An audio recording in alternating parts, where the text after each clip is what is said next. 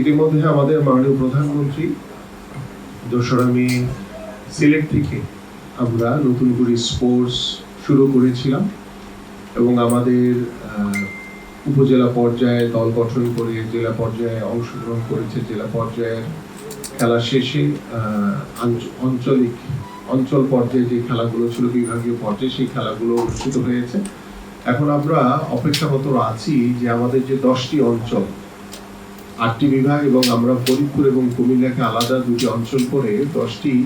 অঞ্চল থেকে যারা প্রত্যেকটি ইভেন্টে, বিশেষ করে আমাদের ফুটবল, আমাদের ক্রিকেট, আমাদের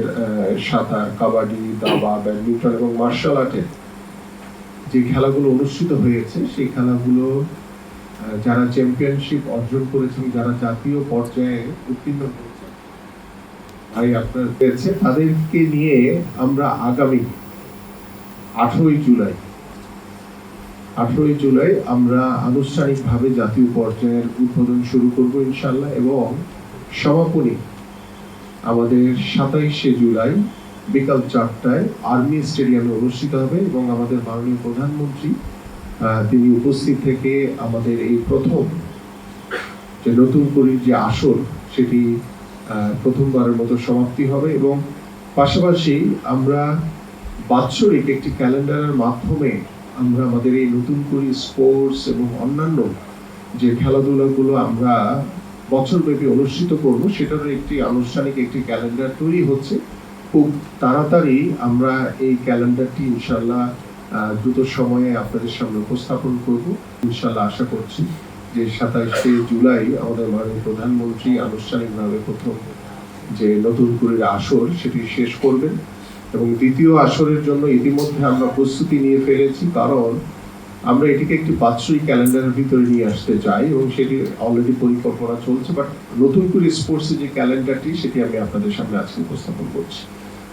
আমাদের 1 জুলাই থেকে আমরা আমাদের আনুষ্ঠানিকভাবে অনলাইন যে রেজিস্ট্রেশনটি সেটি আমরা কার্যক্রম শুরু করব। আপনারা তার ভিতরে আরেকটি কথা বলে রাখি, আপনারা ইতিমধ্যে জানেন যে আমাদের যে প্রথম যে নতুন করে স্পোর্টস আমরা কার্যক্রম শুরু করেছিলাম সেই অংশগ্রহণ করেছিল আমাদের নতুন করে স্পোর্টসে 2026-এ 1,68,656 জন। এখানে মোট বালক ছিল 1,21,499 জন এবং মোট বালিকা ছিল আমাদের 47,157 জন। মোট 8টি ইভেন্ট এবং পাশাপাশি এখানে আমাদের আরো 2টি ইভেন্ট আমরা সংযোজন করছি নতুন করে স্পোর্টসে। সেটি একটি হচ্ছে টেবিল টেনিস এবং আরেকটি হচ্ছে ভলিবল। তো আমরা আশা করছি যে এই অল্প সময়ের ভিতরে আমরা যখন শুরু করেছিলাম, আলহামদুলিল্লাহ আমাদের প্রত্যেকটি জেলা উপজেলার প্রত্যেকটি কিশোরীরা যেভাবে অংশগ্রহণ করেছে, যেভাবে অভিভাবকরা অংশগ্রহণ করেছে, যেভাবে জেলা প্রশাসন থেকে শুরু করে সর্বস্তরের মানুষের যে স্বতঃস্ফূর্ত আন্তরিকতা এবং ভালোবাসার মধ্য দিয়ে আমরা যে নতুন করে স্পোর্টস একটি নতুন মাত্রা যোগ করেছি এবং আগামী ভবিষ্যৎ ক্রীড়াঙ্গনকে কিভাবে এগিয়ে নিয়ে যাওয়া যায়, কিভাবে আমাদের সন্তানদেরকে সুস্থভাবে গড়ে তোলা যায়, কিভাবে আমরা একটি সুস্থ জাতি গড়ে তুলতে পারি, কিভাবে আমরা মাদক থেকে আমাদের ভবিষ্যৎ প্রজন্মকে দূরে রাখতে পারি, আমরা কিভাবে ডিভাইসের আসক্তি থেকে আমাদের ভবিষ্যৎ প্রজন্মকে দূরে রাখতে পারি, সেই লক্ষ্য নিয়ে এবং সর্বোপরি